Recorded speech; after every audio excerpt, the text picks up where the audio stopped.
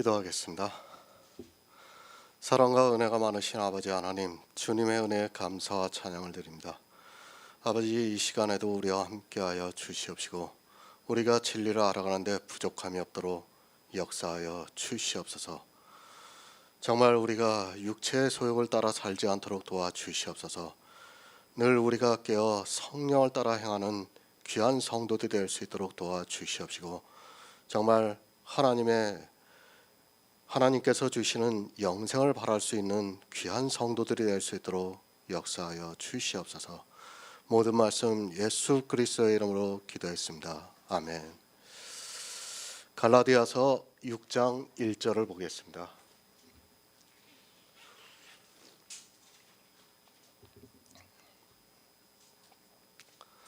제가 읽어드리겠습니다.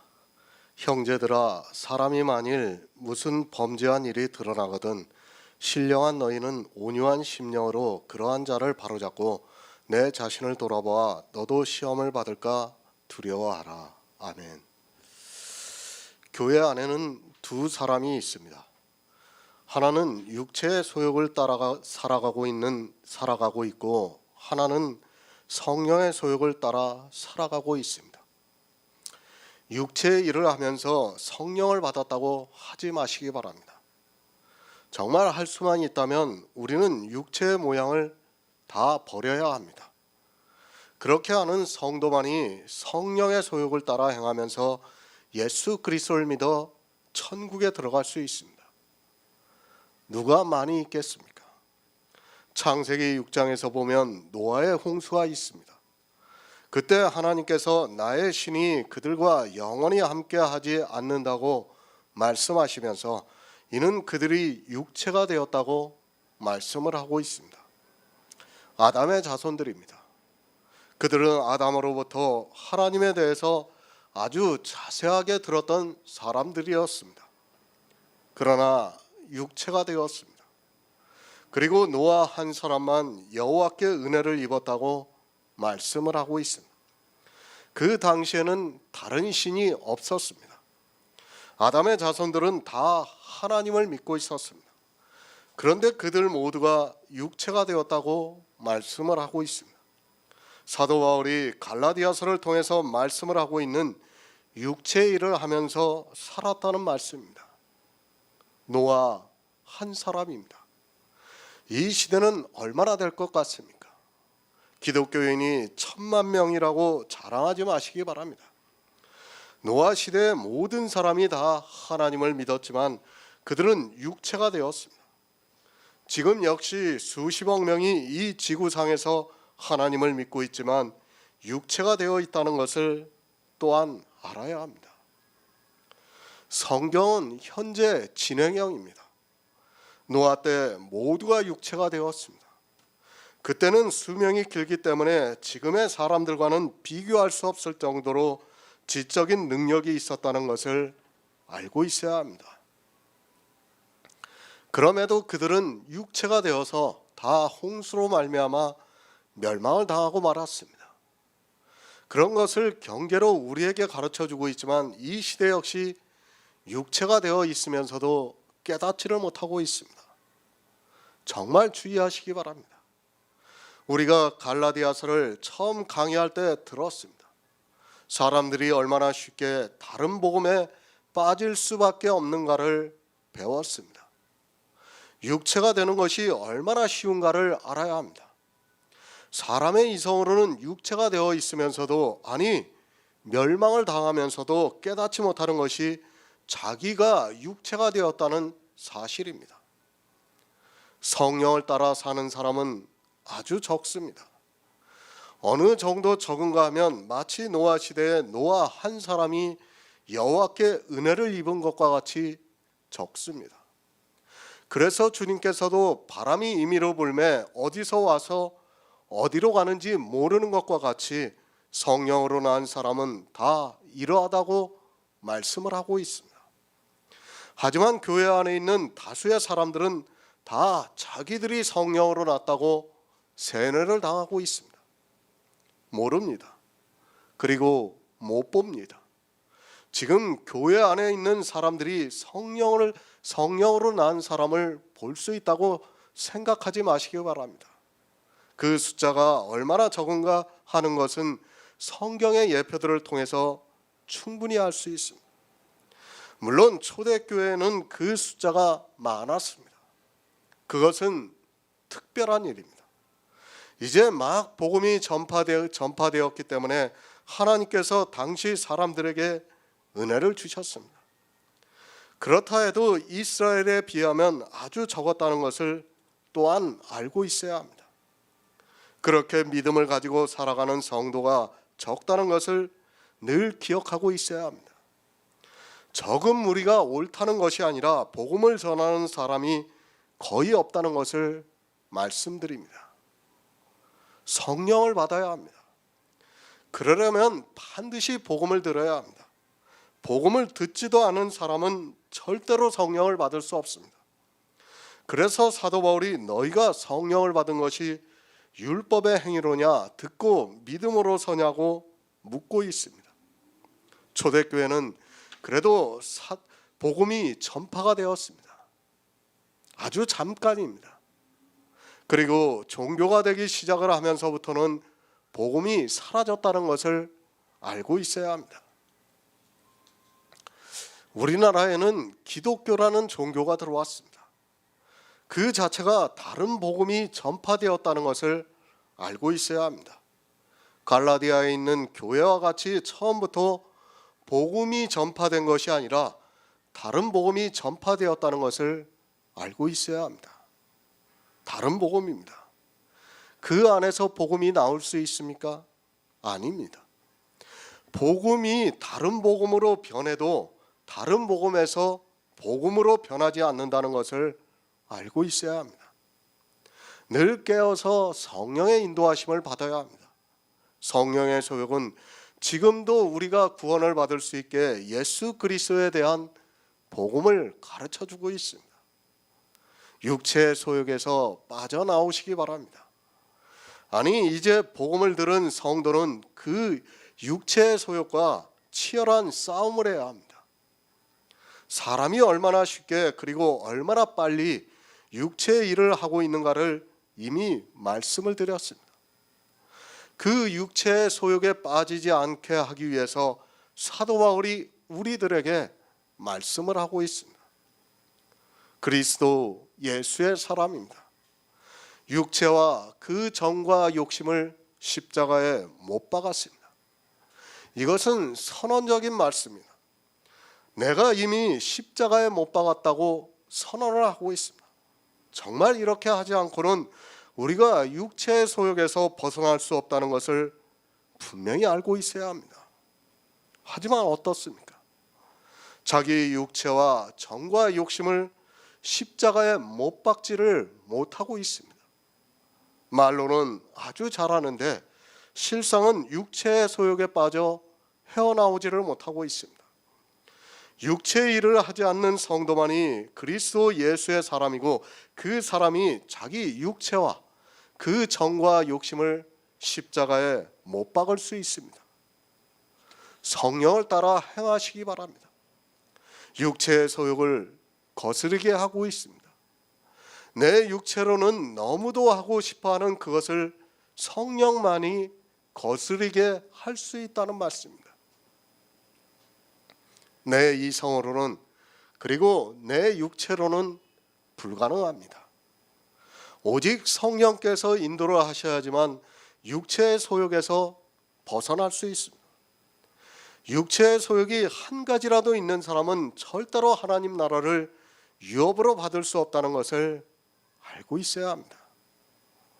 인생의 이성입니다. 그것은 육체의 소욕을 따라 살게 하고 있습니다. 그러나 성령이 오시면 그 이성과 싸우게 하고 있습니다. 그리고 성령께서 대적을 해주심으로 말미암아 육체로 살고자 하는 그 이성을 굴복시킬 수가 있습니다. 성령이 임한 성도만이 이것을 믿음으로 받아들일 수 있다는 말씀. 그리고 육체의 소욕에서 벗어날 수 있습니다. 헛됩니다. 다시 말씀을 드리지만 헛됩니다. 여러분이 교회 안에서 하나님을 믿는다고 하면서 하는 모든 신앙생활의 행위가 다 헛되다는 것을 알고 있어야 합니다. 그것이 육체의 소욕이라는 것을 또한 바로 알아야 합니다.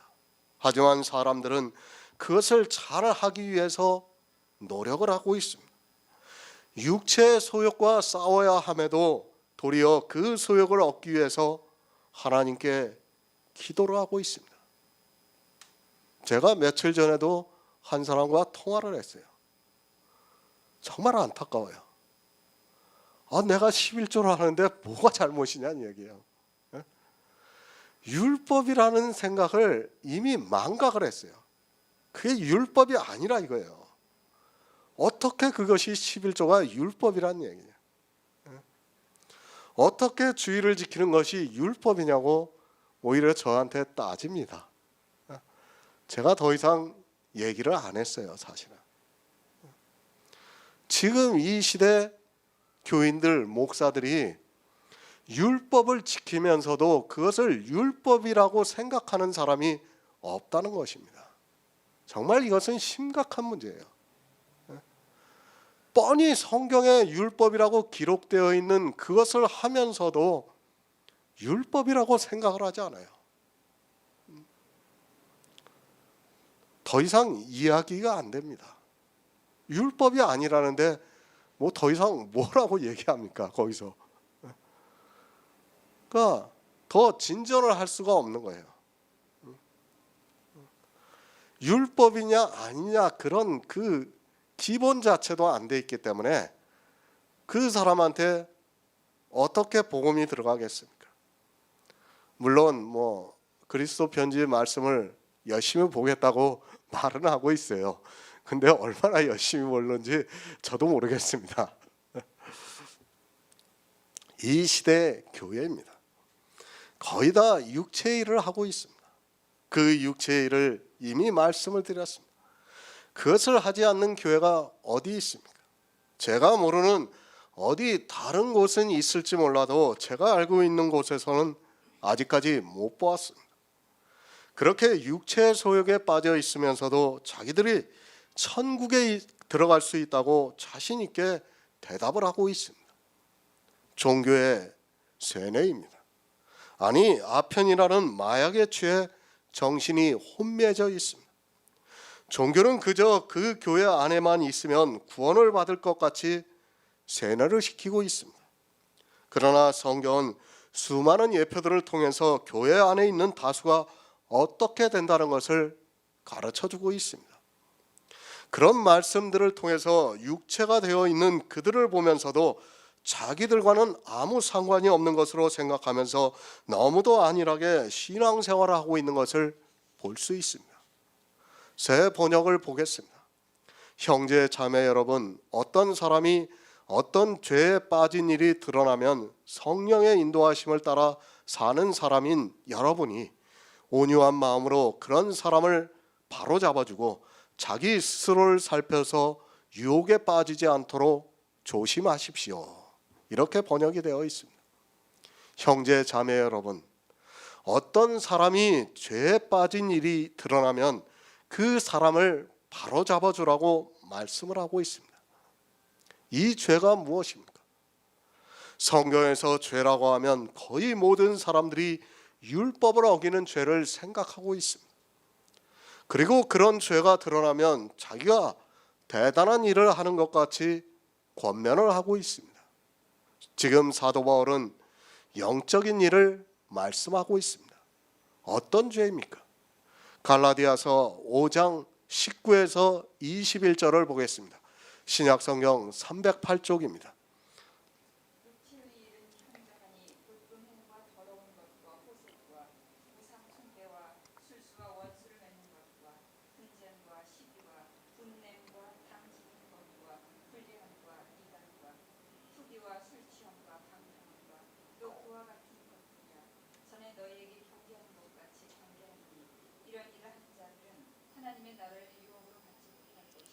아멘.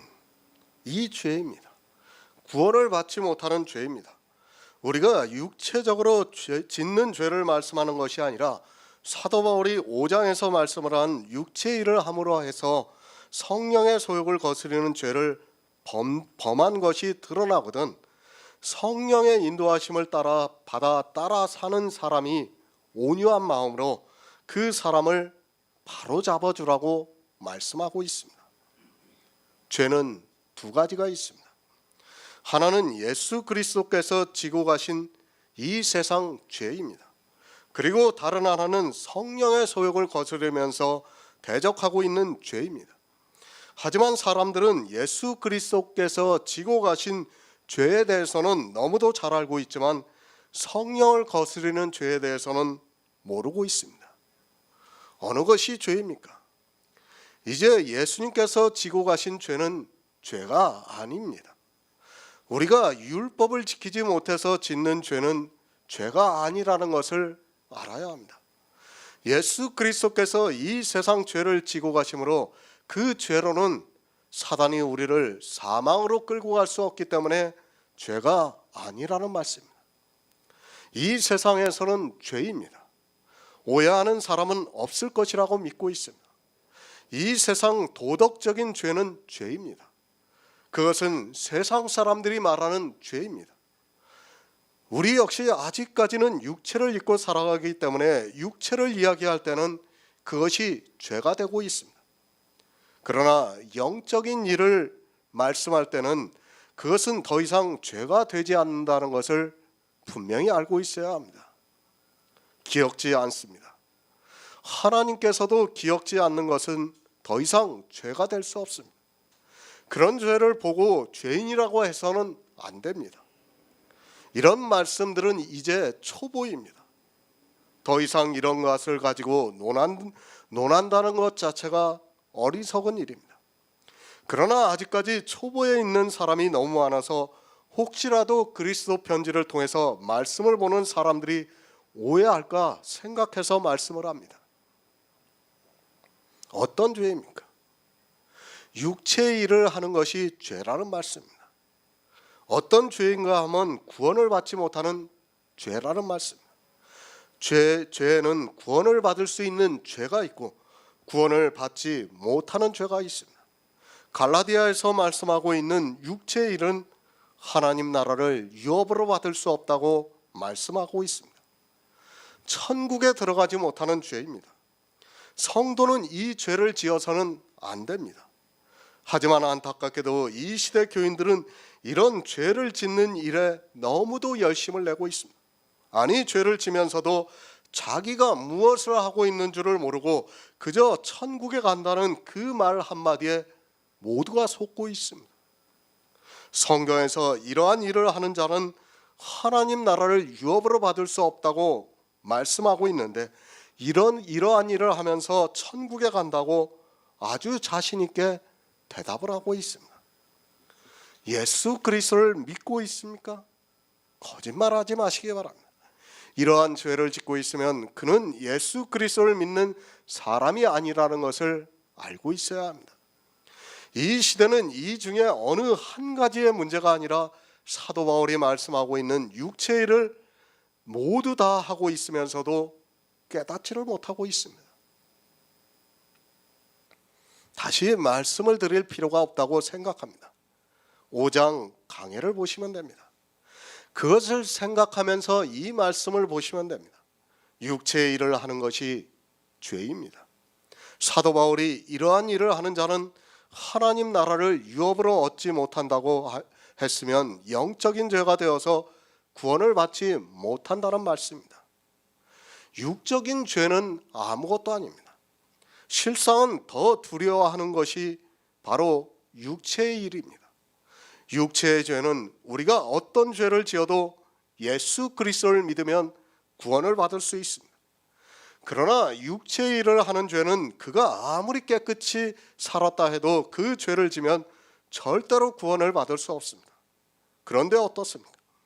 육체의 죄를 짓는 것은 두려워하는 그들이 육체의 일을 하면서 전혀 두려워하지 않고 있습니다. 사실 두려워해야 하는 죄는 그런 육체의 죄가 아니라 교회 안에서 육체의 일을 하면서 성령의 소욕을 대적하고 거스리는 것인데도 지혜가 없어서 깨닫지를 못하고 육체의 일을 더 많이 하려고 심지어는 그 일을 할 수 있게 해달라고 하나님께 기도를 하고 있습니다. 얼마나 안타깝습니까? 이 시대는 진짜 죄가 무엇이라는 것을 모르고 있습니다. 죄를 모르다 보니까 죄를 지라고 서로 격려를 하고 있습니다. 하나님 나라를 유업으로 받지 못하는 죄를 짓는 것을 보면서 서로 칭찬을 하고 있고, 그런 모습을 보면서 성도라고 부르고 있습니다. 마가복음 3장 28에서 29절을 보겠습니다. 신약성경 57쪽입니다. 마가복음 3장 28에서 29절입니다. 내가 진실로 너희에게 이르노니 사람의 모든 죄와 누구 회방하는 회방은 사하심을 얻되 누구든지 성령을 회방하는 자는 사하심을 영원히 얻지 못하고 영원한 죄에 처하느니라. 아멘. 사람의 모든 죄입니다. 그것은 이미 예수 그리스도의 십자가를 믿음으로 사하심을 받았습니다. 성도는 그런 죄를 가지고 왈가불가해서는 안 됩니다. 하나님께서 이미 사하신 죄를 가지고 사람이 이야기를 해서는 절대로 안 됩니다. 하지만 이 시대 교회 안에 있는 사람들은 그 죄를 가지고 왈가불가하면서 자기가 옳다고 주장하고 있습니다. 어느 목사를 두둔하는 것이 절대로 아닙니다. 어느 목사가 육체적인 죄를 지었습니다. 그것을 가지고 우리가 이야기를 해서는 안 됩니다. 사실 그 죄가 드러남으로 해서 그 목사는 이미 모든 것을 잃게 되었습니다. 물론 그렇지 않은 사람이 있다 해도 우리는 그 죄에 대해서 이야기를 할 필요성이 없다는 것을 알고 있어야 합니다. 죄가 죄를 지라고 하는 것이 아닙니다. 복음을 전하는 성도라면 모든 일에서 실수가 없어야 합니다.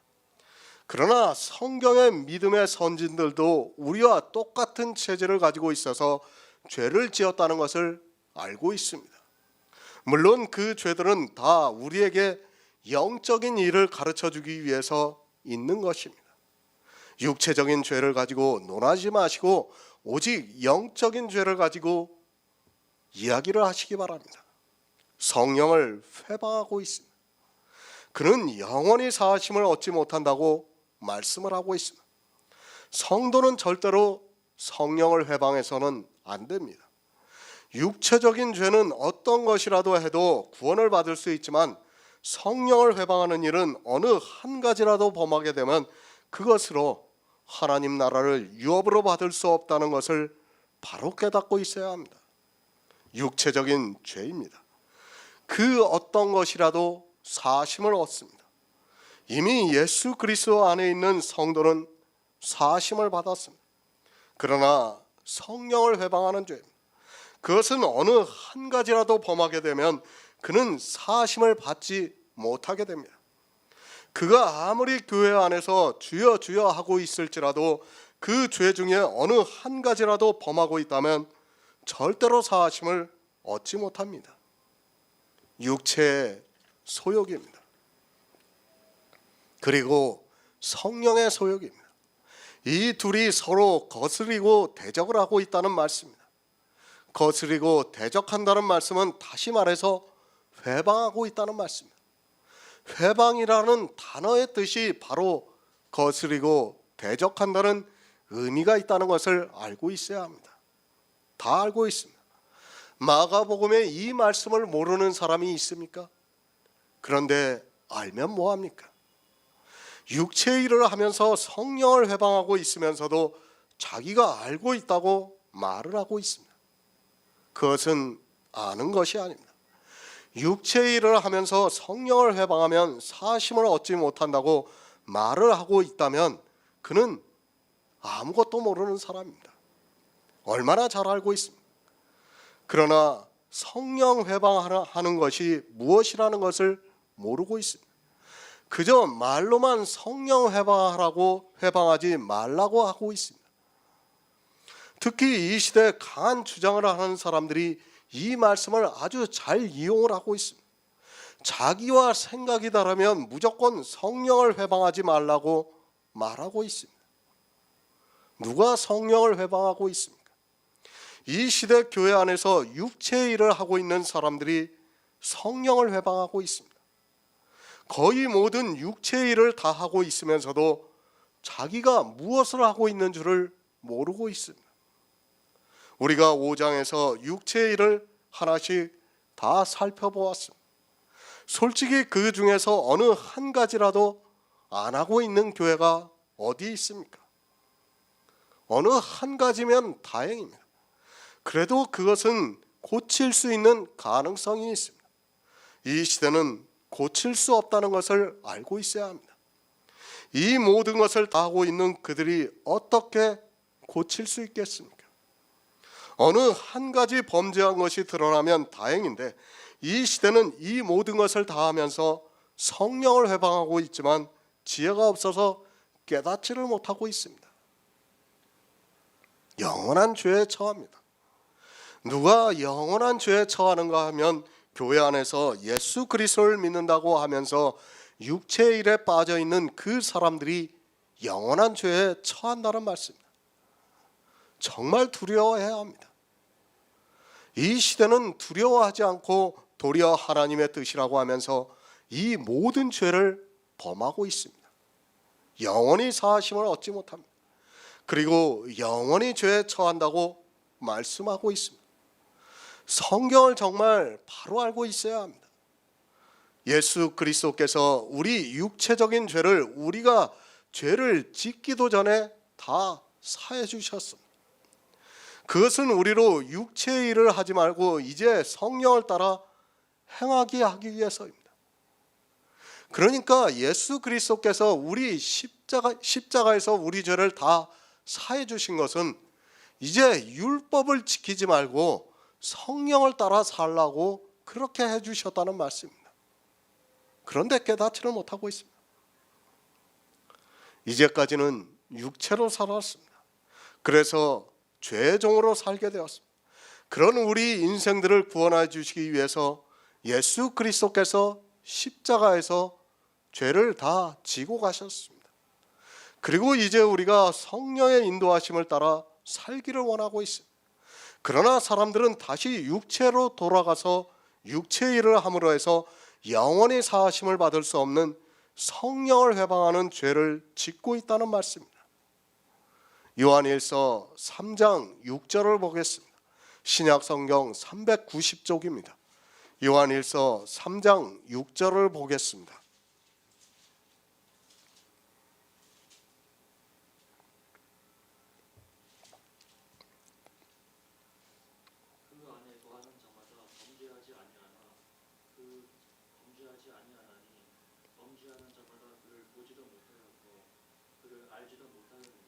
아멘.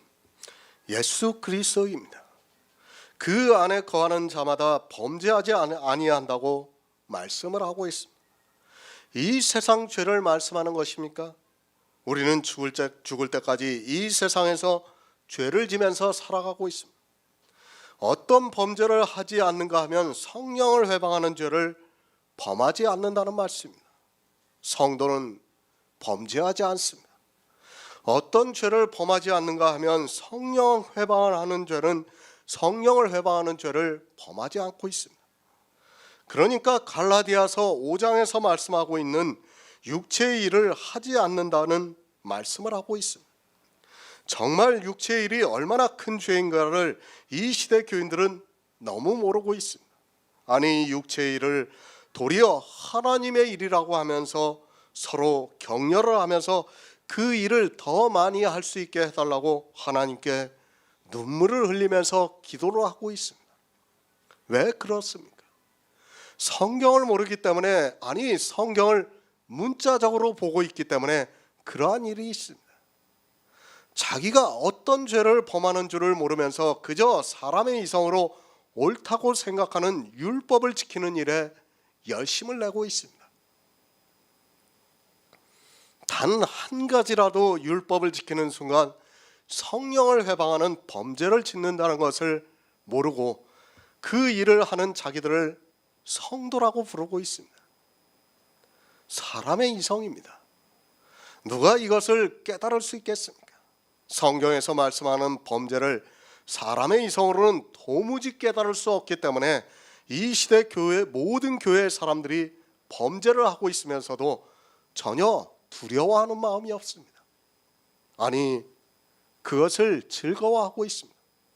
성령을 회방하는 죄입니다.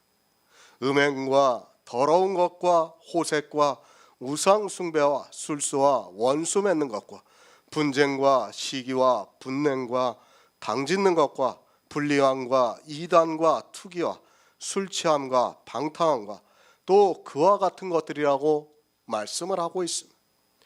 그와 같은 것을 그저 문자적으로만 보고 있다 보니까 자기들이 이런 범죄를 하면서도 하지 않는 것으로 착각을 하면서 교회 안에서 이중적인 삶을 살아가고 있습니다. 왜 이런 범죄를 합니까? 예수 그리스도를 못 보았기 때문입니다. 성경을 보고 있지만 그들의 눈이 소경이 되어서 예수 그리스도가 보이지 않기 때문에 범죄를 하면서도 도무지 깨달을 수 없습니다. 그리고 알지 못한다고 말씀을 하고 있습니다. 예수를 믿는다고 하는 그들이 예수를 모른다는 것이 말이 됩니까? 교회 안에 있는 사람들입니다. 갈라디아에 있는 교회에서 다른 복음에 빠진 사람들입니다. 그들만 그렇다고 생각하지 마시기 바랍니다. 솔직히 말씀을 드려서 이 시대에 비하면 그들은 아무것도 아닙니다. 아니, 그들에게는 그래도 사도들이 있어서 바로 책망을 듣고 고침을 받았습니다. 하지만 이 시대는 2000년 가까이 다른 복음을 듣고 있다는 것을 알고 있어야 합니다. 성경을 보면 뭐합니까? 그 안에서 예수 그리스도를 못 보고 있습니다. 못 보니까 예수 그리스도를 알지도 못하고 있습니다. 그저 문자에 기록이 되어 있는 성경 말씀을 아는 것으로 자기가 예수 그리스도를 아는 것으로 생각하고 있지만 그 정도는 이 세상 사람들도 알고 있다는 것을 깨달아야 합니다. 율법을 보면 뭐합니까? 그 안에서 예수 그리스도가 전혀 발견이 되지 않고 있습니다. 호세아서에서 여호와를 알자, 힘써 알자 말씀하고 있지만 이 시대 역시 자기들이 마치 다 아는 것으로 오해를 하고 있습니다. 실상은 아무것도 알지 못하면서 다 아는 척을 하고 있습니다. 사단은 그런 문자를 아는 것으로 마치 예수 그리스도를 아는 것으로 착각하게 만들고 있다는 것을 알고 있어야 합니다. 제가 이번 주에 계속해서 설교를 율법에 대해서 올렸죠. 두 가지 다 보셨죠? 사실 그런 율법들을 모르면 우리는 성경에서 예수 그리스도의 은혜를 깨달을 수가 없어요. 그런데 이 시대에 그런 율법들을 해석하는 사람들이 없다는 말씀이에요. 그걸 풀 수 있는 사람들이 없어요. 아니, 풀어지지가 않아요. 그런 것을 알아야지 우리가 정말 하나님께서 우리를 얼마나 사랑하시고 예수 그리스도의 구속의 은혜가 얼마나 크다는 것을 우리가 알 수 있는데 그런 것을 모르다 보니까 어떻게 됩니까? 그냥 문자적으로 가는 거예요. 종교가 되는 겁니다. 그러면서도 자기들이 예수 그리스도를 믿고 있다고 큰 소리를 치고 있습니다. 얼마나 안타까운 일입니까? 죄를 모르고 있습니다. 죄가 무엇입니까? 예수 그리스도를 알지 못하는 것이 죄입니다. 예수 그리스도를 알지 못하기 때문에 성령을 회방하는 죄를 지면서도 감각이 없이 그저 문둥병자와 같이 살아가고 있는 것이 이 시대 교인들의 모습입니다. 범죄가 무엇인가를 알아야 범죄한 것이 드러나면 그것을 신령한 성도가 분별해주고 바로 잡아줄 수 있는데 범죄를 하는 자도 모르고 신령한 자도 없습니다. 그 안에 거하시기 바랍니다. 그러면 범죄하지 않을 수 있습니다. 이 말씀은 성령의 감동을 받는 성도는 범죄하지 않을 수 있다는 말씀. 문제는 사람들이 성령의 인도하심을 받지 못하고 있기 때문에 범죄를 하고 있습니다. 아니, 이 시대는 자기가 범죄를 했다는 것을 깨닫는 사람조차 없다는 것이 너무도 불행한 일입니다. 고린도전서 2장 13에서 14절을 보겠습니다. 신약성경 265쪽입니다. 고린도전서 2장 13에서 14절입니다. 우리가 이것을 말하거니와 사람의 지혜에 가르친 말로 아니하고 오직 성령에 가르치신 것으로 하니 신령한 일을 신령한 것으로 분별하느니라. 육에 속한 사람은 하나님의 성령의 일을 받지 아니하나니 저에게는 미련하게 보이며 또 깨닫지도 못하나니 이런 일은 영적으로야 분별하느니라. 아멘. 신령한 너희입니다. 사도 바울은 범죄한 자가 있으면 신령한 너희가 온유한 심령으로 그를 바로잡아 주라고 말씀하고 있습니다. 하지만 이 시대는 신령한 자가 거의 없습니다. 아니, 말로는 자기들이 성령을 받았다고 하지만 실상은 전혀 그렇지가 않습니다. 신령한 너희가 누구입니까? 먼저 사람의 지혜로 가르치는 말을 하지 않습니다. 사람의 지혜라고 하니까 이 세상 사람들이 생각하는 지혜를 말하는 것으로 오해하지 마시기 바랍니다. 물론 세상 사람의 지혜도 맞습니다. 하지만 교회 안에 있는 사람들이 사람의 지혜로 가르치는 말을 하고 있습니다. 늘 성경은 교회 안에 있는 사람들이 하고 있는 것을 말씀하고 있다는 것을 생각하고 보아야 합니다. 누가 사람의 지혜로 가르치고 있습니까? 지금 교회 안에 있는 목사들이 사람의 지혜로 가르치는 말을 하고 있다는 말씀입니다. 교회 안에서 사람의 지혜로 가르치는 말을 하게 되면 그 사람뿐 아니라 그에게서 듣는 모든 사람이 사망에 이른다는 것을 알고 있어야 합니다. 쉽게 말씀을 드립니다. 이 세상 사람이 성경을 봅니다. 그리고 그가 이해할 수 있는 모든 말은 사람의 지혜로 가르치는 말입니다. 그러니까 이 세상에서 지적인 능력이 있는 사람이 성경을 보았는데 거기서 자기가 아는 이야기를 하고 있다면 그것이 사람의 지혜라는 말입니다.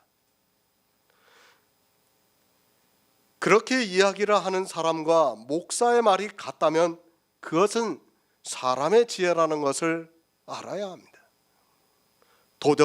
도적질하지 말라는 10계명이 있습니다.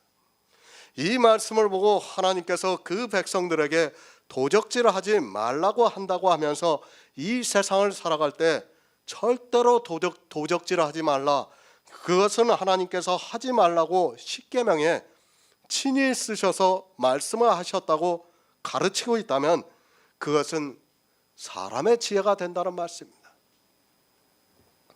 사실 이 시대 성경을 거의 다 그렇게 보고 있습니다. 율법을 보고 그 문자 그대로 보면서 살인하지 말라, 간음하지 말라, 도적질하지 말라고 가르치고 있다면 모두가 사람의 지혜입니다.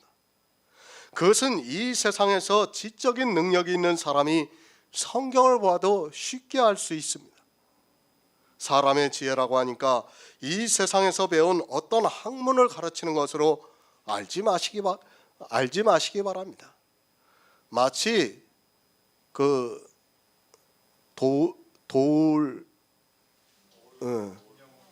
김영우 그 사람이 신학대학을 나왔잖아요. 그렇지만 그 사람은 뭡니까? 사람의 지혜예요. 사람. 아주 철학적으로 깊이가 있는 사람이에요. 그 사람은 공부를 진짜 많이 한 사람이에요. 그러니까 어떻게 가르칩니까? 다 사람의 지혜로 가르치고 있어요. 그 사람이 요한복음 강해를 했는데 목사라고 하는 사람들이 그 강해를 듣고 아주 감동을 받고 있다고 말을 하고 있습니다. 어느 목사는 저보고 그 강해를 한번 보라고 권유를 하고 있습니다. 그것이 이 시대 목사들이에요. 그 사람은 철학자예요. 철학자. 이 세상의 철학자예요. 더구나 신학을 공부했으니까 많은 것을 이야기할 수 있어요. 그런 것이 다 사람의 지혜라는 것을 모르고 이 시대 사람들이 성경을 다 그렇게 보고 있다는 말씀입니다. 신령한 너희가 누구입니까? 오직 성령의 가르치신 것으로 한다고 말씀을 하고 있습니다. 신령한 일은 신령한 것으로 분별한다고 말씀하고 있습니다. 성경을 두 사람이 똑같이 보고 있습니다. 그런데 한 사람은 사람의 지혜로 가르치고 있고 한 사람은 성령의 가르치신 것으로 해서 신령한 일을 신령한 것으로 분별한다고 말씀을 하고 있습니다. 도적질하지 말라는 십계명이 있습니다. 사람의 지혜는 남의 물건을 도적질을 하는 것으로 가르치고 있습니다. 그러나 성령의 가르치심을 받아 이것이 신령한 일이라는 것을 알고 있는 성도는 신령한 것으로 분별을 하고 있습니다. 하나님께서 이스라엘의 목자들에게 내 양을 도적질한다고 말씀을 하고 있습니다. 이스라엘의 목자들입니다. 그들이 강도가 되었습니다. 사람의 지혜로 가르침으로 말미암아 영혼을 도적질하고 있다는 말씀입니다. 신령한 자가 되어서 그들에게 영생을 얻게 해 주어야 하는데 이스라엘의 목자들이 사람의 가르침으로 양들을 도적질하면서도 깨닫지를 못하고 있습니다. 그와 같이 도적질하지 말라는 십계명을 보고 있지만 성령의 가르치심을 받는 사람과 사람의 지혜로 보는 사람이 이렇게 다릅니다. 신령한 일입니다. 성경은 세상의 일을 기록한 말씀이 아닙니다. 영의 일을 우리가 알아들을 수 있게 예표와 비유와 그림자를 통해서 말씀을 하고 있습니다. 하지만 이스라엘이 사람의 지혜로 가르치면서 양들을 도적질했고 이 시대 역시 사람의 지혜로 가르치면서 양들을 죽게 하고 있습니다. 성경은 세상의 일이 아닙니다. 정말 그 안에서 하나님의 놀라운 영의 비밀을 깨달아야 합니다. 하지만 성령이 오시지 않아 신령한 일을 도무지 알 수 없습니다. 성령의 가르치심을 받아야 하는데 이 시대는 말로는 성령이라고 하면서 실제 그들의 이야기를 들어보면 다 사람의 지혜라는 것을 알 수 있습니다. 아니, 사람의 지혜와 성령의 가르치심 자체도 이해를 하지 못하고 있습니다. 육에 속한 사람입니다. 하나님의 성령의 일을 받지 아니한다고 말씀을 하고 있습니다. 그러니까 갈라디아에서 말씀하고 있는 육체의 일을 하는 사람은 하나님의 성령의 일을 받지 아니하고 있습니다. 육체의 소욕을 따르는 자는 성령의 소욕을 거스르면서 대적하고 있다는 말씀입니다. 육체의 일 하지 마시기 바랍니다. 갈라디아에서 말씀하는 육체의 일을 하지 마시기 바랍니다. 그것을 한 가지라도 하고 있는 사람은 신령한 일을 받지도 않고 그것을 분별할 수 없다는 것을 알고 있어야 합니다. 아니, 육체에 속한 일을 하는 사람은 성령의 소욕을 거스르면서 대적하게 되어 있습니다. 하나님의 성령의 일을 받지 않는다는 것을 알고 있어야 합니다. 성령의 일입니다. 갈라디아에서는 성령의 열매라고 말씀을 하고 있습니다. 육체에 속한 사람은 하나님의 성령의 일을 받지 아니하나니 저희에게는 미련하게 보이며 또 깨닫지도 못한다고 말씀을 하고 있습니다. 아마도 거의 모든 사람들이 이 성령의 열매를 예수 그리스도께서 우리를 위해서 맺어 놓으신 열매라고 하면 저를 더 이상하게 생각할 것입니다. 제가 더 미련하게 보입니다. 그냥 쉽게 성령의 열매를 자기들이 맺으면 되는데 그것을 예수님께서 맺으신 열매라고 하면서 믿음으로 받아들이라고 하면 그것이 얼마나 미련하게 들리겠습니까? 아니, 믿음이라는 실체도 없는 그것을 보면서 아주 미련하다고 이야기할 것이 분명합니다. 깨닫지도 못합니다. 성령의 열매를 말씀하고 이 같은 것을 금지할 법이 없다고 말씀을 드리면 그것을 깨달을 수 있는 지혜가 없어서 도리어 비판을 하게 되어 있습니다. 제가 얼마 전에도 문자 하나를 받았습니다. 그런데 그 문자 내용이 한편으로는 안타깝기도 하고 한편으로는 참 당돌하기도 합니다. 자기가 신학생이라고 합니다. 그러면서 그리스도 편지에 있는 몇 가지 말씀을 보았는데 감동을 받았다고 하면서 몇 가지를 자기 지식으로 이야기를 하면서 지나치다는 표현을 하고 있습니다. 동성연애에 대한 것을 설교에서 보고 그것은 제가 잘못 해석하고 있으니까 고쳤으면 좋겠다고 말을 하고 있습니다. 저는 영적으로 말씀을 드렸지만 육적으로 받아들이고 있습니다. 신령한 자가 되시기 바랍니다. 우리는 먼저 신령한 자가 되어야 합니다. 그러려면 먼저 육체의 일을 하지 말고 성령의 가르치심을 받아야 합니다. 이미 성령론에 대해서도 그 기초를 다 말씀을 드렸습니다. 그 성령론을 보면 성령의 가르치심이 무엇인가를 쉽게 알 수 있습니다. 하지만 육체의 일을 하고 있는 상태에서는 그 말씀을 아무리 보아도 내 안에서 역사하지 않는다는 것을 분명히 알고 있어야 합니다. 육체의 일을 하게 됩니다. 저 역시도 육체의 일을 했던 사람입니다. 아마도 거의 모든 사람이 이것에서 자유로울 수 없습니다. 구원을 받은 성도들 역시도 육체의 일을 했었던 경험이 있고 또 이제 세상을 살아가면서 자기도 모르는 사이에 육체의 일을 하게 될 수도 있습니다. 왜 교회가 필요합니까? 바로 이런 문제입니다.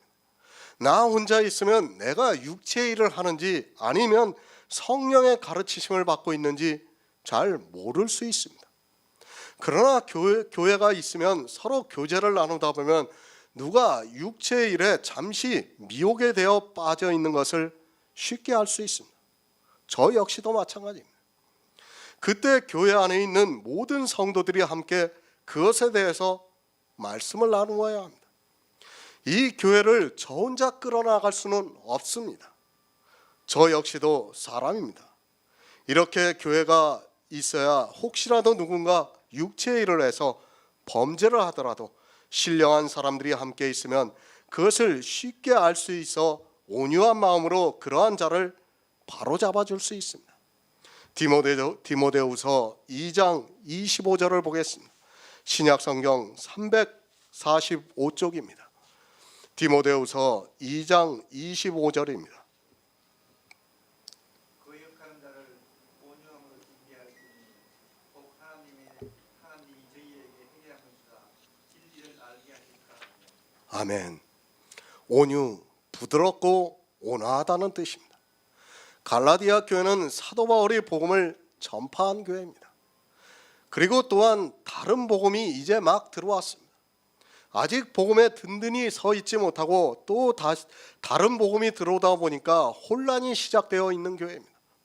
이제까지는 사도 바울로부터 복음만 들었는데 다른 복음이 들어왔습니다. 그 영향으로 육체 일을 하는 사람이 생겨났습니다. 이렇게 복음에 대해서 거역을 하고 다른 복음에 미혹이 되어 있는 사람들을 온유한 심령으로 바로 잡아주라고 말씀을 하고 있습니다. 그것을 디모데후서에서는 징계를 함으로 해서 혹 하나님께서 저희에게 회개함을 주사 진리를 알게 하실까 한다고 말씀을 하고 있습니다. 아직 성령이 임하지 않은 사람입니다.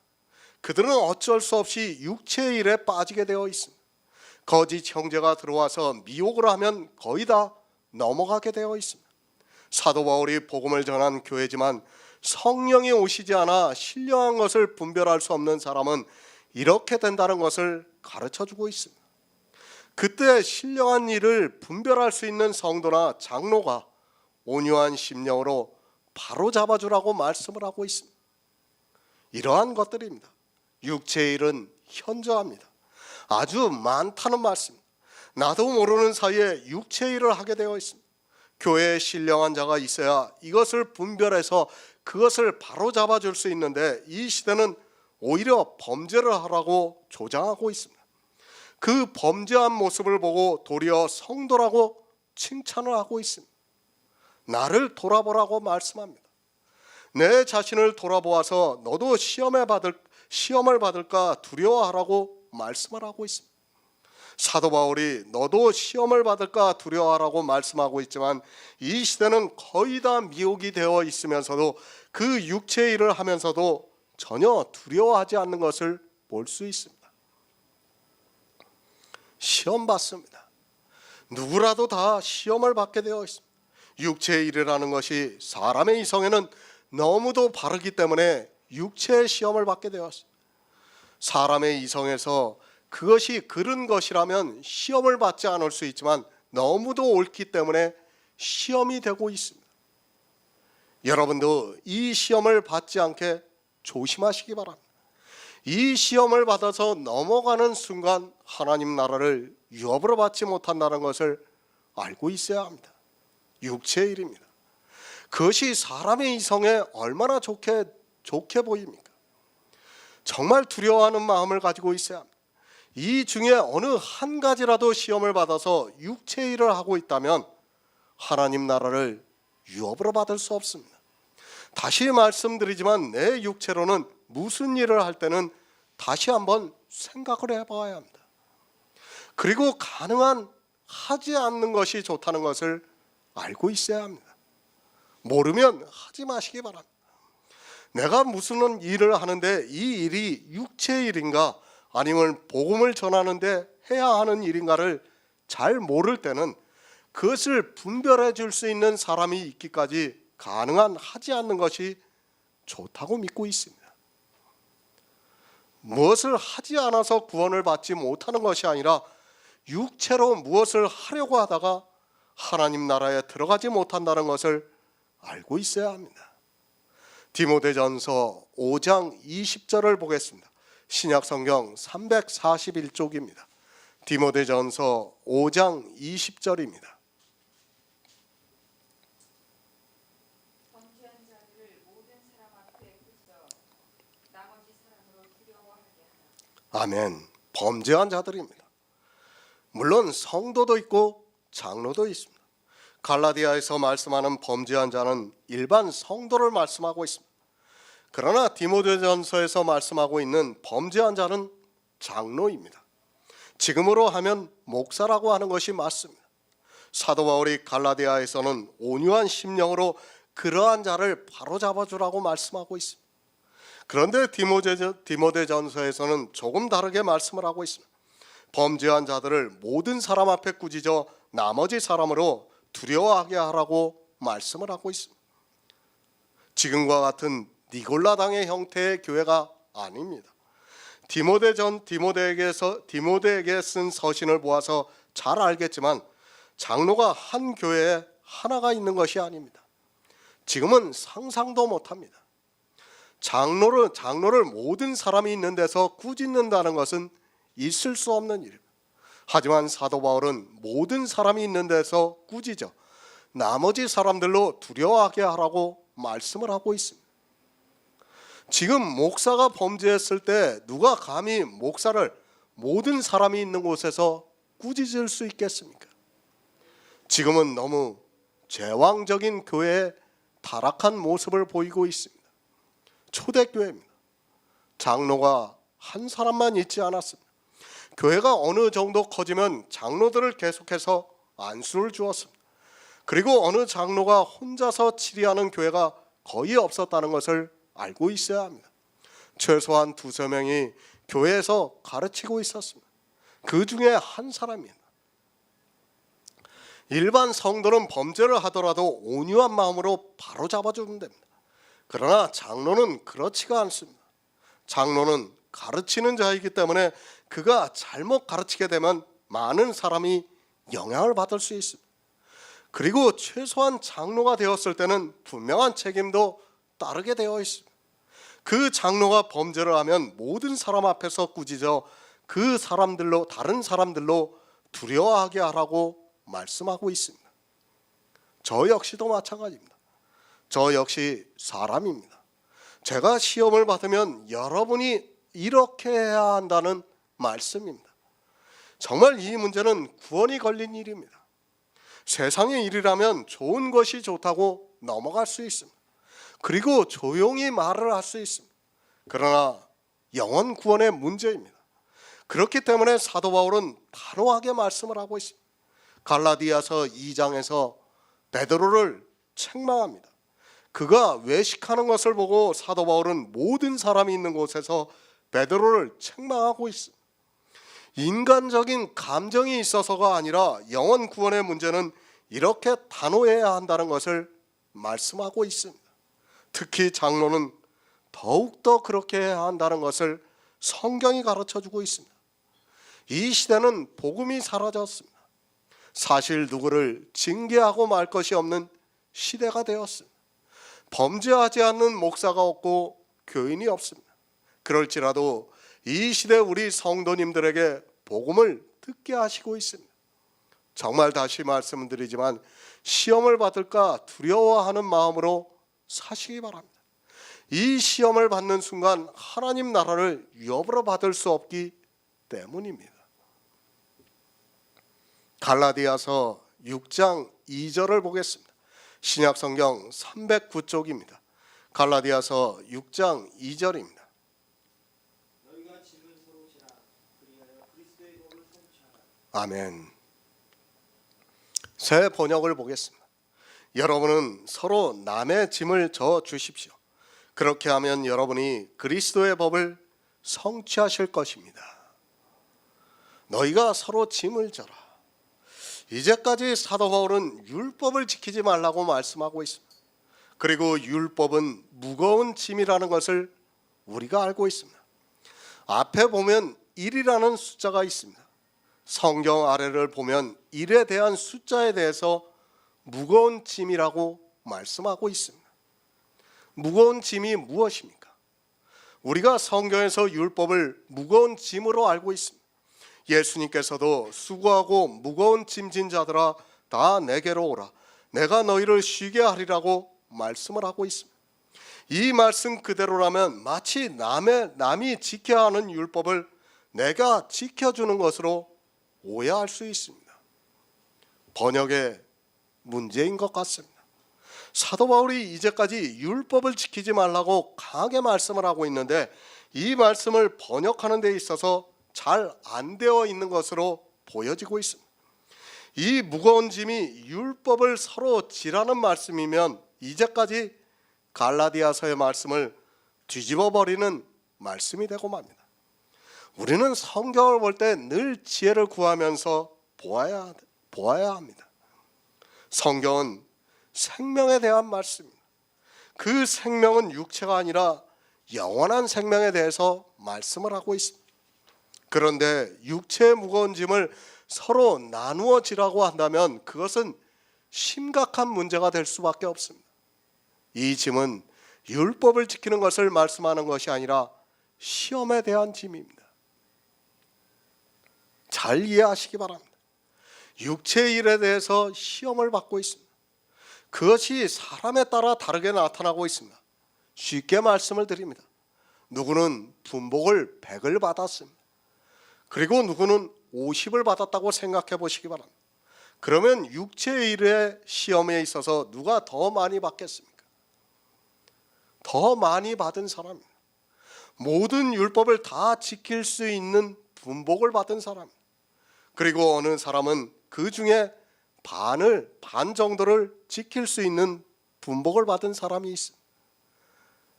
꼭 분복만이 아니더라도 은사라도 마찬가지입니다. 이렇게 많은 것을 받은 사람은 시험을 더 받을 수밖에 없습니다.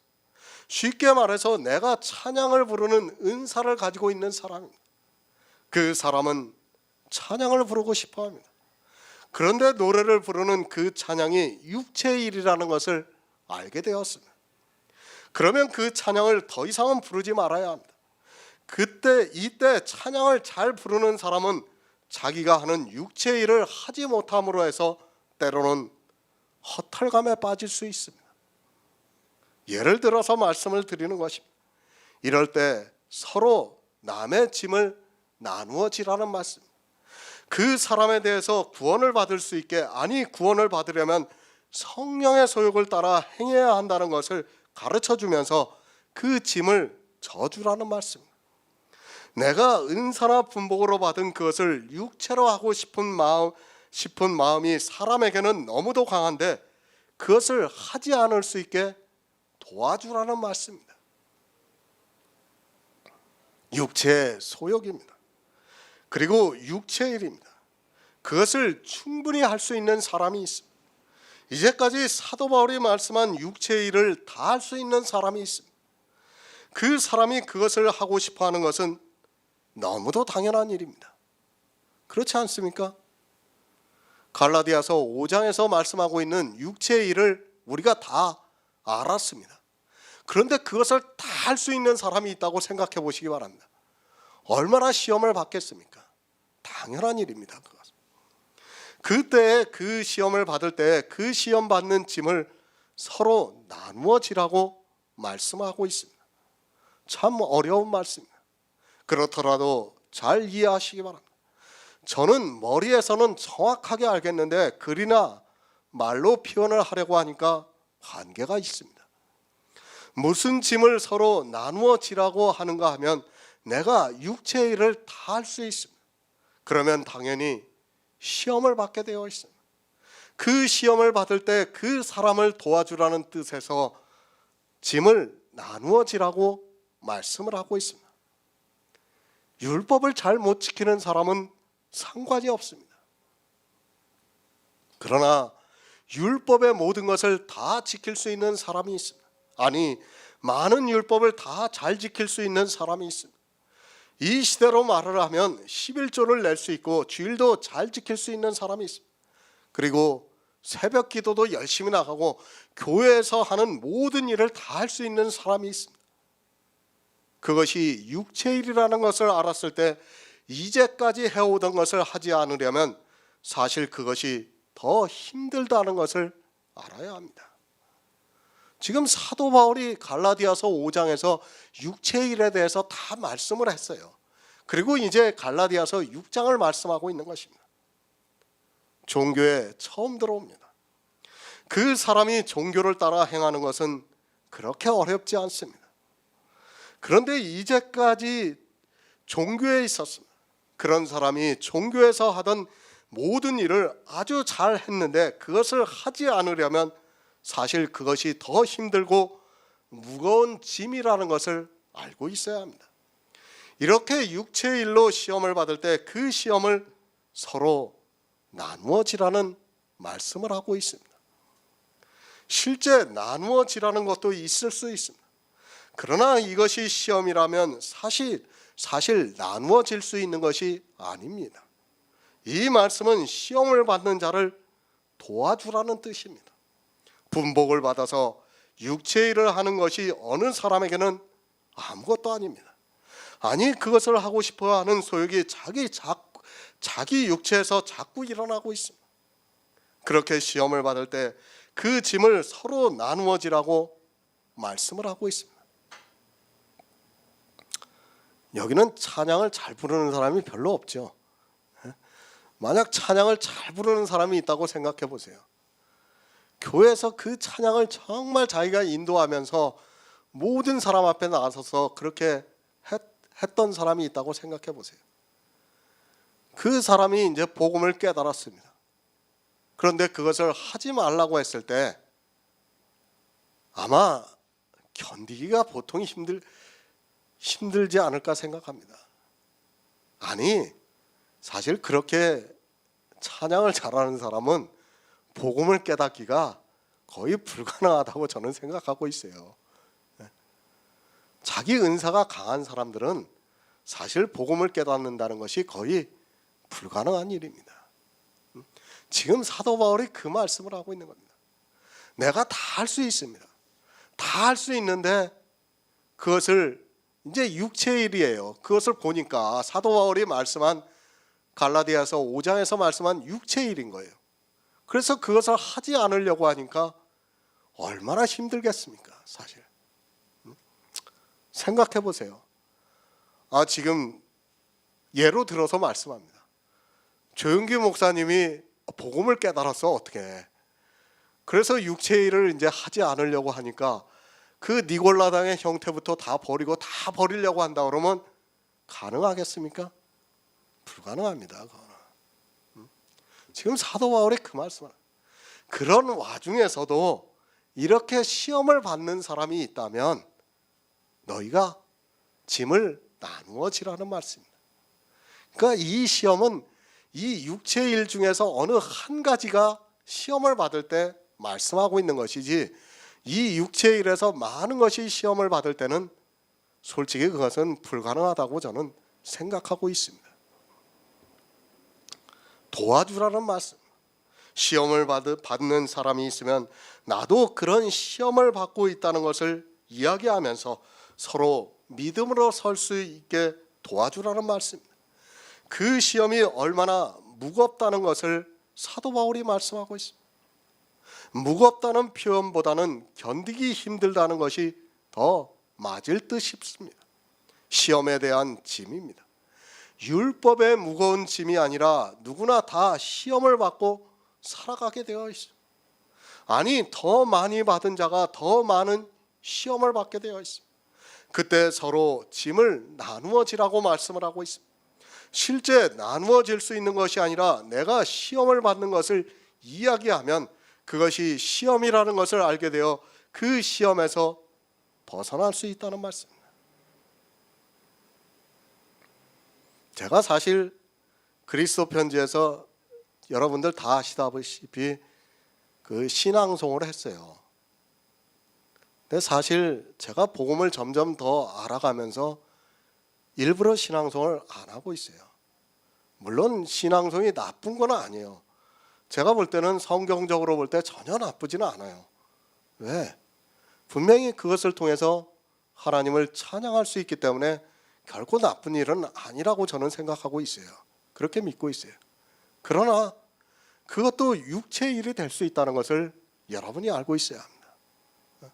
지금은 뭐 여러 가지 이유로 해서 제가 안 하고 있지만 설령 또 기회가 된다 해도 글쎄요, 다시 하고 싶은 생각은 별로 없습니다. 왜? 그것이 내 육체의 소욕이 될까 두려워하기 때문입니다. 은사라는 것이 그렇다는 것을 여러분이 알아야 합니다. 정말 그런 육체의 소욕에서 우리가 그런 시험을 받을 때 나도 모르는 사이에 시험에 넘어가게 된다는 말씀입니다. 물론 그것이 하나님을 찬양하는 일이에요. 분명히 찬양하는 일입니다. 그러나 자기도 모르는 사이에 어느새 매너리즘에 빠져서 시험이 된다는 얘기예요. 사실 교회에 찬양을 부르게 된 것이 처음에 이렇게 했겠습니까? 처음에? 아니에요. 초대교회에서는 정말 찬양을 했을 것이라고 저는 생각하고 있습니다. 그런데 그 찬양이 변질이 되다 보니까 어떻게 된 겁니까? 지금 이 찬양이 된 거예요. 그리고 그게 매너리즘이 돼가지고 당연하게 받아들이고 있는 겁니다. 바로 그러한 것을 제가 경계하기 때문입니다. 나도 시험을 당했습니다. 그리고 이제 또 어떤 사람이 시험을 당하고 있습니다. 그러면 내가 시험을 당했던 일을 이야기하면서 그 사람이 그것이 시험이라는 것을 알게 되어 서로 짐을 나누어지는 것과 같이 시험을 이길 수 있게 가르쳐 주라는 말씀을 하고 있습니다. 참 어렵습니다. 이 말씀이 생각이 나지 않아서 몇 시간 동안 제가 글을 못 쓰다가 겨우 쓴 이게 말씀이에요. 이것도 정말 성경을 볼 때는 국어를 보시기 바랍니다. 이런 말씀들은 국어를 모르면 거의 해석이 안 되게 되어 있습니다. 제가 왜 그렇게 국어에 대해서 말씀을 하고 있는가 하면 바로 이런 말씀들을 해석을 하려면 국어를 바로 알아야 합니다. 시험의 짐입니다. 사실 많은 것을 가진 사람은 더 쉽게 시험을 당하게 되었고 더 많은 시험을 당하게 되어 있습니다. 그렇게 더 많이 시험을 당하는 사람을 이해하고 그 시험을 나눠지라고 말씀을 하고 있습니다. 교회 안에서 시험을 받는 사람이 있습니다. 시험을 받는 사람의 짐을 나누어짐으로 해서 그리스도의 법을 이룰 수 있다고 말씀하고 있습니다. 로마서 8장 2절을 보겠습니다. 신약성경 249쪽입니다. 로마서 8장 2절입니다.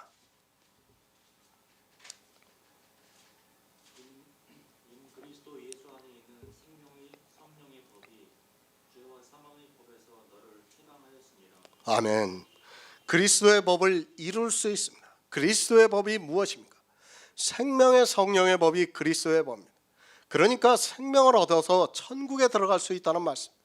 시험을 나누어짐으로 해서 서로가 오직 믿음으로 든든히 서서 그리스도의 생명을 얻을 수 있다는 말씀입니다. 생명의 성령의 법입니다. 그리스도의 법을 이루려면 반드시 시험에서 이겨야 합니다. 육체를 가지고 있는 우리 인생은 육체의 일에 대해서 끊임없이 시험을 받게 되어 있다는 것을 알아야 합니다. 어느 누구도 이 시험에서 자유로울 수 있는 사람이 없다는 것을 알고 있어야 합니다. 그러나 시험을 서로 나누어 지으면 그리스도의 법을 이루는 생명을 얻을 수 있다는 말씀. 생명을 성취하시기 바랍니다. 끊임없이 우리 육체는 시험을 하고 있습니다. 아니 죽을 때까지 시험을 하고 있다는 것을 알고 있어야 합니다. 그리고 그러한 것들이 얼마나 많은가를 깨달아야 합니다. 사도 바울이 말씀한 것 외에도 많다는 것을 알고 있어야 합니다. 무겁습니다. 아니 여러 가지가 됩니다. 이런 시험에서 우리가 이길 수 있는 방법은 서로 짐을 나누어지는 방법밖에 없습니다. 서로 시험에 대해서 이야기를 해주어야 이길 수 있다는 말씀. 그런 성도만이 생명의 성령의 법으로 영생을 얻을 수 있다는 것을 사도 바울이 가르쳐주고 있습니다. 성취하시기 바랍니다. 싸워서 이기라는 말씀입니다. 육체의 소욕과 성령의 소욕은 서로 거스리고 대적하고 있습니다. 이것이 남에게서 일어나는 것도 아니고 또 내 밖에서 일어나는 것도 아니고 내 안에서 일어나고 있습니다. 그러나 이성을 가지고 있는 내 육체는 늘 소욕에 이끌려가게 되어 있습니다. 그 시험에서 그리스도의 법을 성취하라고 말씀을 하고 있습니다. 성취, 목적한 바를 이루어내는 것을 말합니다. 우리가 목적한 것이 무엇입니까? 그것은 영원한 생명을 얻는 것입니다. 생명을 얻기 위해서는 싸워야 한다는 것을 잊어서는 안 됩니다. 어느 정도로 싸워야 하는가 하면 전쟁을 하는 것과 같이 싸워야 그리스도의 법을 성취할 수 있습니다. 하지만 안타깝게도 이 시대는 모두가 시험에 넘어가 육체의 소욕을 따라 일을 하고 있습니다. 성령의 법입니다. 그것은 오직 나의 의는 믿음으로 살리라는 그 말씀에 있습니다. 하지만 사람들은 이 믿음의 법을 모르다 보니까 그저 율법을 지키면서 살아가고 있는 것을 볼 수 있습니다. 이 시대도 교회 안에 있는 거의 모든 사람이 육체의 시험에 넘어가 그리스도의 법을 성취하지 못하고 있습니다. 빌립보서 2장 12절을 보겠습니다. 신약 성경 320쪽입니다. 빌립보서 2장 12절입니다. 그러므로 나의 사랑하는 자들아, 너희가 나 있을 때뿐 아니라 더욱 지금 나 없을 때에도 항상 걱정하여 두렵고 떨림으로 너희 구원을 이루라. 아멘. 성취하라. 너희 구원을 이루라. 같은 말씀입니다. 물론 우리가 구원을 이루고 성취할 수 있는 것은 아닙니다. 하지만 진리로 인도함을 받는 성도라면 이 구원을 이루기 위해서 성도가 어떻게 해야 하는가를 알고 있습니다. 지금 이 시대 교인들은 그저 교회에 나와서 예수 그리스도를 믿으면 구원을 받는 것으로 생각하고 있습니다. 그러나 어떻습니까? 사실 앞에서도 말씀을 드렸지만 성령을 회방하는 일들이 너무 많다는 것을 알고 있어야 합니다. 그 모든 것이 다 육체의 소욕입니다. 내 육체가 이성적으로 생각할 때 그것이 하나님을 믿는 성도로서의 도리같이 판단이 되고 있다는 말씀입니다. 그런 시험이 얼마나 많이 있습니까? 물론 분명히 구원은 선물이라는 것에 대해서 조금도 반박하고 싶지 않습니다.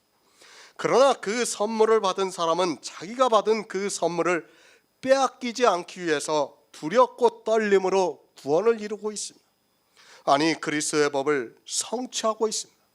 두렵습니다. 내 육체는 늘 소욕을 따라가고 있습니다. 성경에 기록되어 있는 문자가 나를 육체의 소욕을 따라 행하게 만들고 있다는 말씀. 그러니까 성령을 회방하는 육체의 일을 하게 하고 있다는 말씀입니다. 그것을 아는 성도는 정말 두렵고 떨림으로 구원을 이루고 있습니다. 내가 예수 그리스도를 믿는 것으로 끝이 아니라 육체의 시험이 너무 많다는 것을 알고 있습니다. 그 모든 것을 이겨야 합니다. 그런 성도만이 구원을 받을 수 있습니다. 육체의 소욕에서 이기는 성도만이 구원을 받을 수 있습니다. 그 시험에서 벗어나는 사람만이 구원을 받을 수 있다는 말씀. 그것을 알기 때문에 늘 두려워하는 마음으로 항상 복음에 복종해서 구원을 이루어가고 있다는 말씀. 구원은 단회적인 것입니다. 그러나 이 육체의 소욕면에서 볼 때 우리는 이루어가고 있습니다. 정말 이제까지의 복음을 듣고 어제까지 복음을 듣고 오직 예수 그리스도를 믿는다고 하는 그 사람이 시험에 넘어간다는 것을 우리는 알고 있어야 합니다. 그것을 아는 성도는 늘 복음에 복종하면서 두렵고 떨림으로써 자기 구원을 이루고 있습니다. 내가 이룬다는 것이 아닙니다. 그러나 내가 이루는 것과 같이 살아가고 있다는 말씀. 성도가 이 세상에서 어떻게 살아가야 하는가를 잘 말씀해 주고 있습니다. 이 시험을 모르는 사람은 두려워하지 않습니다. 그러나 시험을 아는 성도는 그 육체의 소욕이 너무 강하다는 것을 알고 있기 때문에 항상 복음에 복종하면서 두렵고 떨림으로 내 구원을 이루어가고 있습니다. 구원은 선물입니다. 분명히 우리에게 선물이라고 가르쳐주고 있습니다. 그러나 육체의 악한 일을 잘 아는 성도는 두렵고 떨리는 마음으로 그리스도의 법을 성취하고 있다는 것을 알고 있어야 합니다. 왜 그런가 하면 우리 육체는 성령의 소욕을 일으켜주지 않으면 언제든지 육체의 시험에 빠질 수밖에 없다는 것을 알고 있습니다. 영생을 얻었습니다. 그것을 의심하라는 것이 절대로 아닙니다. 우리는 단번에 주신 믿음의 도를 따라 사는 영생을 얻은 성도입니다. 저 역시도 오직 나의 의는 믿음으로 살리라는 그 말씀을 믿고 있습니다. 그렇게 강하게 주장하던 그러나 그렇게 주장하는 사람들 중에 육체의 시험을 이기지 못하고 너무도 넘어가는 사람들이 너무 많기 때문에 그리스도의 법을 성취하기까지 두렵고 떨리는 마음으로 싸워야 합니다. 왜 이 말씀을 하고 있습니까? 우리가 아직 살아있기 때문입니다. 우리가 죽었다면 두렵고 떨리고 할 필요도 없습니다. 그렇지 않습니까?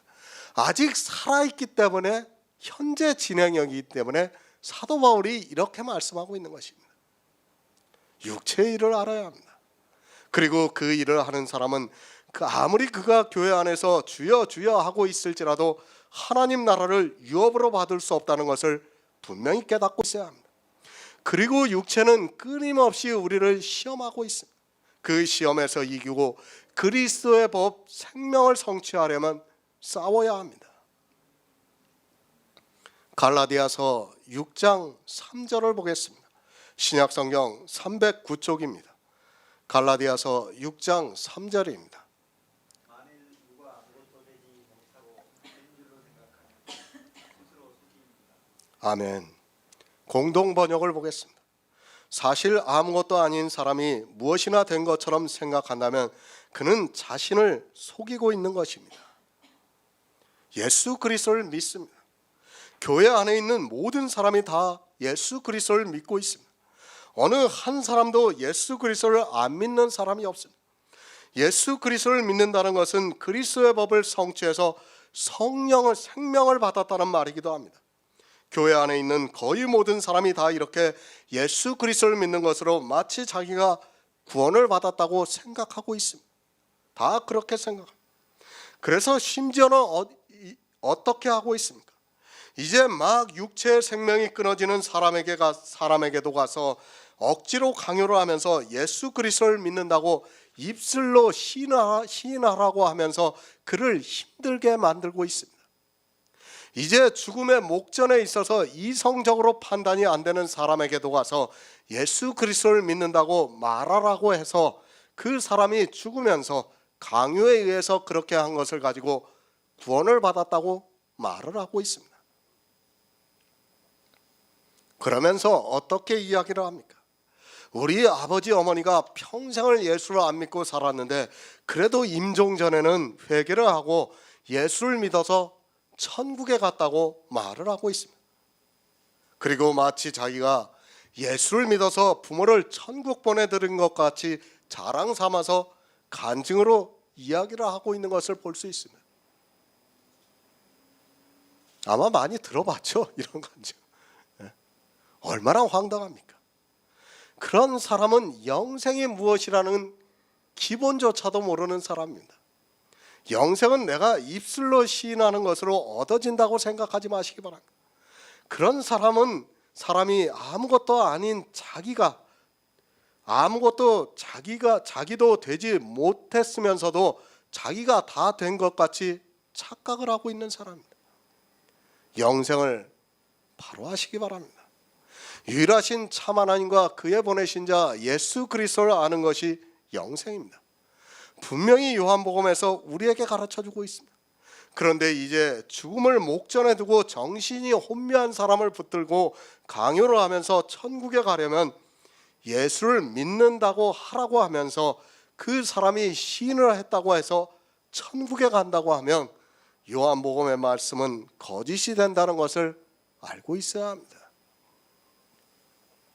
얼마나 어리석습니까? 이것을 분명히 알아야 합니다.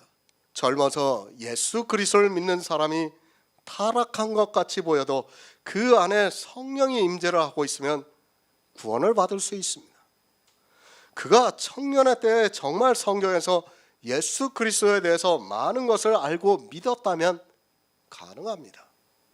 그러나 죽을 때가 되어서 그렇게 예수를 믿는다고 입으로 하는 한마디로 구원을 받는다는 것이 얼마나 허황된 이야기라는 것을 알고 있어야 합니다. 영생을 알아야 합니다. 유일하신 참 하나님과 그의 보내신 자 예수 그리스도를 아는 것입니다. 알았으면 육체의 소욕의 시험도 다 이겨내야 한다는 말씀입니다. 그런 사람이 영생을 얻은 사람입니다. 예수 그리스도에 대해서 아무것도 모르는 그가 어떻게 영생을 얻었다고 말할 수 있습니까? 조금 냉정하게 들릴지 몰라도 이것은 영생의 문제라는 것을 알고 있어야 합니다. 성도는 평생 알아가고 있습니다. 저 역시도 마찬가지입니다. 아직도 모르는 것이 너무 많이 있습니다. 정말 불과 1년 전에 썼던 설교가 해석이 조금 잘못되어 있는 것을 볼 수 있습니다. 물론 약간의 잘못입니다. 그렇다고 해서 구원이 취소가 되어진다는 것은 아니라고 믿고 있습니다. 하지만 제 자신을 돌아보아도 늘 부족하다는 것을 느끼고 있습니다. 정말입니다. 지금도 로마서 강해를 쓰고 있지만 어떤 때는 생각이 안 나가지고요. 하루 종일 그냥 그 말씀만 붙들고 있다가 끝날 때도 많아요. 정말 그렇게 하면서 강해를 쓰고 있다는 것을 여러분이 알고 있어야 합니다. 그렇지 않고는 이 강해가 써지지가 않아요. 정말 저라고 해서 그냥 막 성경이 다 술술 풀리는 게 아니에요. 저도 사람입니다. 정말 어떤 때는 정말 너무 힘이 들어요. 이렇게 강해가 그래도 이제 막 딱 머릿속에 그날 말씀이 들어와가지고 그냥 쭉 타자가 쳐지면 저 몸도 가볍고 아주 너무 신이 나요. 저도. 그런데 안 써질 때는 정말 힘듭니다. 하루 종일 씨름을 하는 거예요. 그냥 썼다가 지웠다가 썼다가 지웠다가 반복을 합니다. 그렇게 또 하루 씨름하고 나면 또 그 다음날 또 신기하게 하나님께서 은혜를 주셔가지고 그게 또 해석이 돼가지고 써져요. 정말 그렇습니다. 우리가 영생을 얻는다는 것이 뭐 그냥 교회 나가서 그냥 거저 얻어지는 것이 아닙니다. 정말 그런 고통의 시간, 하는 성경에서 하나님의 사랑을 알기 위한 그런 시간이 있기 때문에 영생이 얻어지는 것입니다. 그것을 우리가 나누고 교제할 때 정말 영생이 주어진다고 저는 믿고 있습니다. 다 된 줄로 생각하지 마시기 바랍니다. 우리는 아무것도 아닙니다. 아니 구원의 확신을 가졌다고 하는 그 사람도 언제 보면 정말 아무것도 아닌 것을 보게 됩니다. 정말 내 자신에 대해서 바로 알고 있어야 하고 또 그리스도의 법을 성취해서 생명을 얻는 것이 무엇이라는 것을 알고 있어야 합니다. 이 시대 교인들을 보시기 바랍니다. 아무것도 아니면서 마치 자기들이 성도나 된 것처럼 주장하고 있습니다. 그들이 성경에서 예수 그리스도를 알고 있습니까? 그렇다고 해서 육체의 일에서 시험을 받고 있습니까? 사실은 아무것도 아니면서 스스로 속고 있으면서도 깨닫지를 못하고 있습니다. 된 줄로 생각하지 마시기 바랍니다. 이미 말씀드렸지만 우리는 두려워하는 마음으로 구원을 이루어야 합니다. 성도는 성경을 보면서 두려워하고 있지만 그러나 가라지는 너무도 태평하게 교회 안에서 자기가 다 된 것처럼 천국을 따놓았다고 하면서 연락을 하고 있는 것을 볼 수 있습니다. 실상은 아무것도 아닌 그들이 더 자신만만하게 살아가고 있습니다. 왜 그렇습니까? 모르기 때문입니다. 우리말에 무식하면 용감하다는 말이 있습니다. 알지 못하기 때문에 두려워하지 않고 있습니다. 알면 두려워하는데 알지 못하기 때문에 두려워하지 않고 있습니다. 우리가 평생을 성경에서 예수 그리스도에 대해서 알아간다고 하지만 실상은 겨우 구원을 받을 정도만 알고 있다는 것을 깨달아야 합니다. 빌립보서 3장 12절을 보겠습니다. 신약성경 321쪽을 보겠습니다. 빌립보서 3장 12절입니다. 내가 이미 얻었다 함도 아니요 온전히 이루었다 함도 아니라 오직 내가 그리스도 예수께 잡힌 바 된 그것을 잡으려고 쫓아갑니다. 아멘. 성경을 알아보시기 바랍니다. 정말 우리가 구원을 어떻게 받는가를 알면 두려워하는 마음을 가지고 살아가게 되어 있습니다. 그만큼 육체의 소욕이 끊임없이 우리를 시험하고 있기 때문입니다. 그래서 사도 바울도 육체를 신뢰하지 않는다고 하면서 내가 이미 얻었다 함도 아니요 온전히 이루었다 함도 아니라고 말씀하고 있습니다. 사도 바울이 믿음이 없습니까? 분명히 오직 나의 의는 믿음으로 살리라는 그 말씀대로 믿은 사도 바울입니다. 조금도 믿음에 대해서 요동치 않고 있는 사람입니다. 그러나 계속해서 사도 바울은 내가 이미 얻었다 함도 아니요 온전히 이루었다 함도 아니라고 말씀을 하고 있습니다. 믿음이 없어서가 아닙니다. 성경에서 예수 그리스도를 아는 것도 진리의 성령이 아니면 안 된다는 것을 알고 있기 때문에 육체의 시험에서 성령의 소욕을 일으켜줘서 거스리고 대적해주지 않으면 성취할 수 없다는 것을 알고 있기 때문에 지금 이 말씀을 하고 있습니다. 구원의 확신 믿어야 합니다. 제가 그것을 부정하는 것이 절대로 아닙니다. 그러나 우리는 너무도 연약한 육체를 입고 있다는 것을 또한 인정해야 합니다. 이 시대는 아주 조금 아는 것으로 그리고 그저 예수 그리스도를 믿는다는 그것으로 자기가 구원을 다 이룬 것과 같이 살아가고 있습니다. 저는 아직까지도 성경을 보면 두려워하는 마음이 있습니다. 왜 두려워하는가 하면 물론 그런 일은 없겠지만 성령이 인도해 주시지 않으면 나는 육체의 소욕을 따라 넘어갈 수밖에 없기 때문입니다. 아니 더 이상 성경에서 예수 그리스도를 알 수 없기 때문입니다. 그렇지 않습니까? 하나님께서 저를 붙들어 주신다는 것을 믿지 않아서가 아닙니다. 저 역시도 사도 바울과 동일한 믿음을 가지고 있습니다. 그러나 다 된 것으로 속지는 않고 있습니다. 나를 속이는 일입니다. 내가 다 되었다고 하면 스스로 속고 있다는 것을 알아야 합니다. 성경은 오묘합니다. 그리고 육체의 일은 너무 많이 있습니다. 그런데 내가 모든 것을 다 깨달은 것과 같이 이야기를 하고 있다면 내 자신에게 속고 있다는 말씀입니다. 사람입니다. 내 스스로가 구원을 이룰 수 있는 것이 절대로 아닙니다. 다시 말씀드리지만 내가 하는 것 같으면 그렇게 말해도 됩니다. 제가 믿음을 포기하라는 것이 절대로 아니니까 오해하지 마시기 바랍니다. 우리는 어느 누구도 다 되었다고 해서는 안 됩니다. 구원은 물론 단회적인 사건이지만 우리는 살아가고 있는 현재 진행형이라는 것을 또한 알고 있어야 합니다.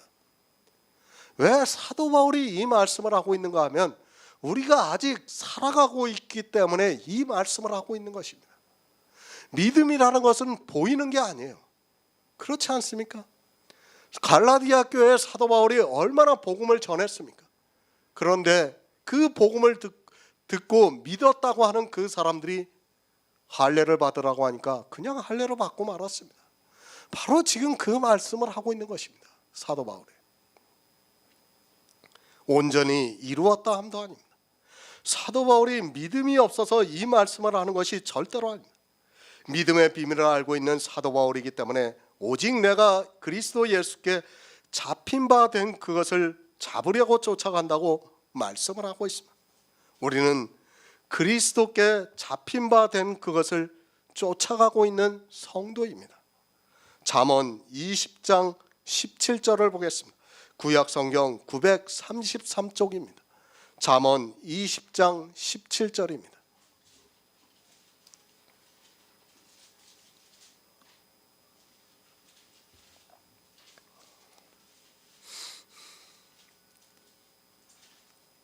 속이고 취한 식물은 맛이 좋은 듯하나 후에는 그 입에 모래가 가득하게 되리라.